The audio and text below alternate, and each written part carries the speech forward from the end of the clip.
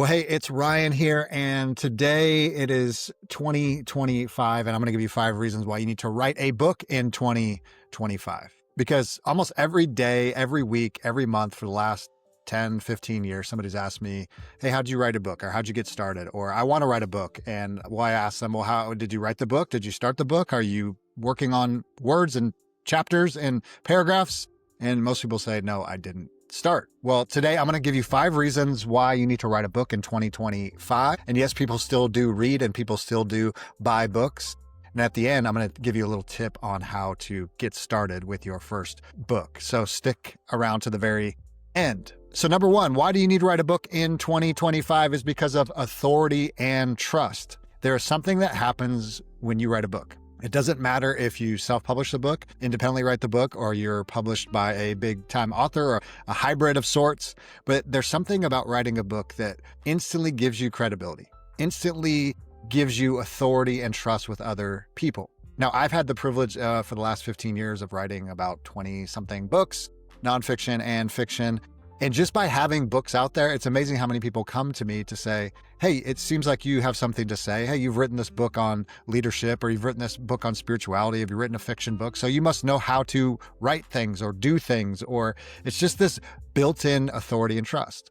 If you've ever gone to a conference and you see someone speaking and they have a book, all of a sudden you make this connection of, hey, they're authority in this space. They know what they're talking about. They have to offer some wisdom. That's really important, that when you have a book in the world, it doesn't matter if 1 million people read it or 5 people read it, you're right away an authority in that space. So whether it's dog walking, whether it's business leadership, whether it's how to pastor a church or how to read the Bible or how to do underwater basket weaving, whatever it is, you're an immediate authority. You have immediate authority and trust. Second reason why you need to write a book in 2025 is because you are an instant business owner. And with writing a book, you're not just writing a book, you're entering into and building your own publishing empire, publishing company. You're a business owner. If you have a book, you have an asset. And you own that book, and you own the rights to that book, and you own the revenue to that book. So guess what? Most writers and most thinkers and those that are putting messages and stories out in the world don't think of this as a business. You're instantly a business owner. Whether that's self-published and indie published, or whether it's traditionally published, you are a business owner. And here's what's cool is you get to control the assets. You get to control the income. You get to control the audience. Now, that doesn't mean you get to control that they're going to read your book, but you build a newsletter, you put your stuff out on social media, you build a website, you speak at that conference, people begin to buy your books, and now you have an audience, you have a community, you have people that like what you're saying, that they like the ways you're solving the problems that they have.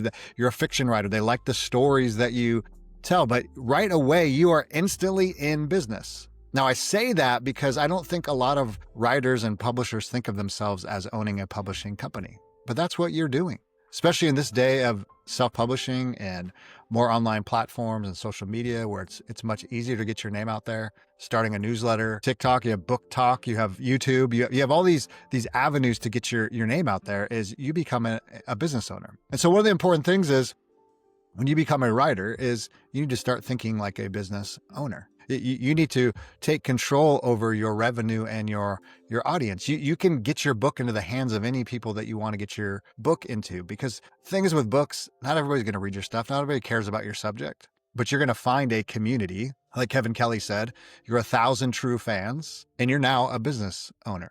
So that's why you need to start writing books, because you're going to get into business.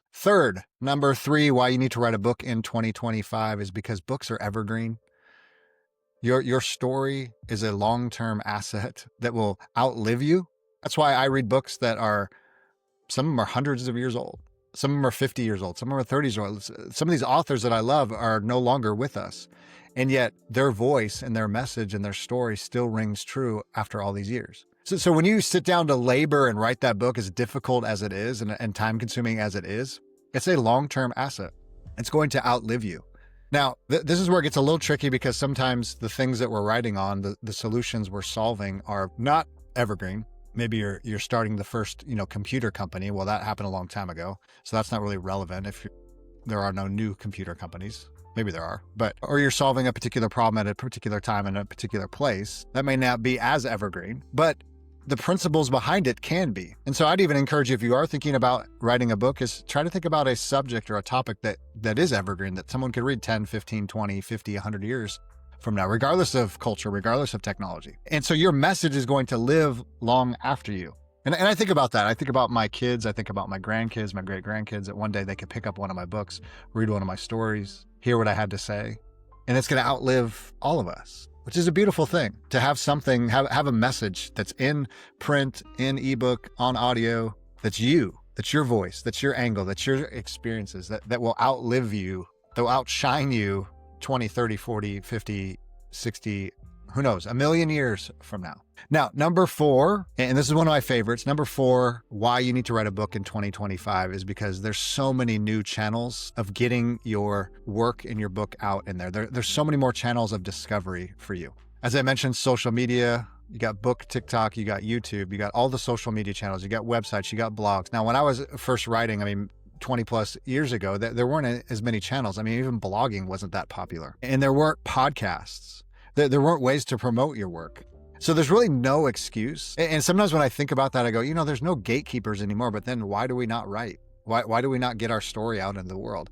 Because of resistance, because of self-doubt. We all have it. Not making the time to actually do it, to put the words on the page. But I want to encourage you to get your book in the world because it's easier than ever. It doesn't make it easy to be found, but it's easy to get your work out there. There's so many channels. You can start a Substack newsletter. You can share your book on Facebook. You can start a blog. You can start a podcast around your books or share your books, right? There's dozens and dozens of channels. YouTube, again, YouTube is the second largest search engine in the world next to Google, where you can promote your books. You can talk about your books, where your story came from, right? You can be interviewed on a podcast, right? I interview people on my podcast all the time that are promoting their books. It's one of the best channels to do that, to actually go deep into why you wrote the story and what it's about and the process. People love that. They love to hear behind the scenes stuff, because for many years, some of our favorite authors in the last, 20, 30, 40 years, we never knew anything about them. We didn't know about their families. We didn't know about their process. But now you can actually get to know these authors. And it's funny. I find myself buying books from people that I really like, even if I don't maybe love the story or maybe that subject's not that interesting. But when I hear them talk and I hear about their families and I hear about their stories and their struggles and their experiences, I begin to resonate with who they are. And I go, you know what? I really like this person. I want to support their work. So there's so many channels of discovery that it's almost overwhelming now. And I know there's a lot of noise, but you know what? Your story and your experiences and your angle and the way you tell your stories and the way you format your book and the way you get it out into the world is what makes it unique. Your message probably isn't that unique, but the way you tell it, the angles that you give, the words you use, the metaphors, the illustrations, the ways you tell a story are different. And that's what's unique. And that's why people buy your book and will buy your book. So lots of channels of discovery. Now, lastly, and I think this is one of the most important things, and this is really what my channel is all about. It's about personal growth. It's about that next chapter of life. What is God calling you into? Discovering who you are, discovering what you can give back to the world. Is I think writing a book, and the 5th reason here, writing a book in 2025 is really about personal growth and creative growth and stretching you, because writing a book is hard. But what I've discovered is that it's hard, but the things that I learn about myself and about the world along the way are immeasurable. When you're writing on a subject, maybe you know a lot about that subject, or maybe you know a little bit about that subject, but as you write, you actually learn and discover and begin to think about, what do I really think about these things? What do I really know about these things? When you try to communicate it in a manuscript or in words or in sentences, that's the beauty of your growth. And you begin to realize how stretched you are as a human just by writing, by thinking about a subject, thinking about a topic, trying to put those thoughts down. Now, also, what I've found over the years as I've coached different people in writing and talked to many writers for the last dozen years or so, is some of us work jobs that just aren't creative, right? We're a trash man, or doing backbreaking work, right? Not really creative work. We're making spreadsheets. Maybe that's creative. I'm not sure. But what I found is when you write, a lot of people come home or during their lunch break, or they get up early and they have this creative outlet that maybe the rest of their world isn't creative at all. Maybe the rest of the world isn't full of music and writing and poetry because they want to have that outlet, that creative outlet. And that creative outlet is we're made in the image of God. So we are creators. God is a creator. And so he's made us all creative. And this idea that only certain people are creative is silly. And so many people are longing just for space to make something, to build something, to tap into that creative part of us that maybe goes unnoticed or maybe is kind of pushed down because of the work we do. Maybe we're a mother who's chasing around young kids all day, and we just need a little space to write some poetry or write a story or solve a problem. And so this becomes just a place to grow you personally and spiritually, tapping into that deeper part of us, because I think there's something about writing that is deeply spiritual. That where do these ideas come from? Right? We have these ideas and this mystery that comes, and why did I write the sentence like that or the paragraph like that, or why did I frame it up this way, or where did this idea even come from? And we realize we are tied in and tethered to the divine. We are made in the image of God. We are designed to create, to tell stories, to share our experiences, to share our work, to share our skills, to share our passions, right? To tell our story and what happened to us, and the good, the bad, the ugly. So there's something beautiful that happens as we are stretched to grow deeper as we write a book. And that's why I want you to write a book in 2025. For these 5 reasons. Before we go, now, don't crucify me here. There's no excuse. As I said, getting your book out there, discoverability, there's no gatekeepers. You can start your own publishing company tomorrow. But I want you to take advantage of AI. Now, I know you're going to crucify me. Well, if you're a writer, you can't use AI, right? But here's the thing. This is a little hack. I don't want you to write your book with AI. It's not going to write a good book anyway. It's going to be trash. But use AI to brainstorm. Use AI as your own brain to get you started, because there's no excuses. To find your favorite AI, chat GPT or Claude or whatever, just say, hey, I'm thinking about a book about how to breed collies. And I need an outline for that book. I need some chapter ideas. I need some themes. Could you just outline that book? I have some ideas. Maybe you plug in some ideas about collies and the origin of collies and why you want to breed collies and all these kinds of things. And you put it in chat GPT and it spits out an outline. Now that outline's going to be trash and it's not going to be your first draft of that outline. But here's the hack. The hack is, I just want you to get started. Just to see it in front of you, like 5 bullet points of, hey, here's something that I can work with. Here's something to get me started. It's not just a blank canvas, because I think sometimes the curse is we stare at this blank cursor. We stare at this blank Word document. We stare at this Google document and we're just like, what do I do with this? But to have some ideas, to have some themes, to explore some different chapters and just begin writing down some words. To take one of those ideas and say, you know what? I'm going to write a couple paragraphs on this. What I think about breeding collies, what I think about technology, what I think about social media, what I think about, some story about an assassin or whatever it is. But use AI, use the tools that we have at our disposal to get started. Now, I share that because I don't want you to be addicted to AI or write books with AI and just pump it out in the world, because again, they're going to be terrible.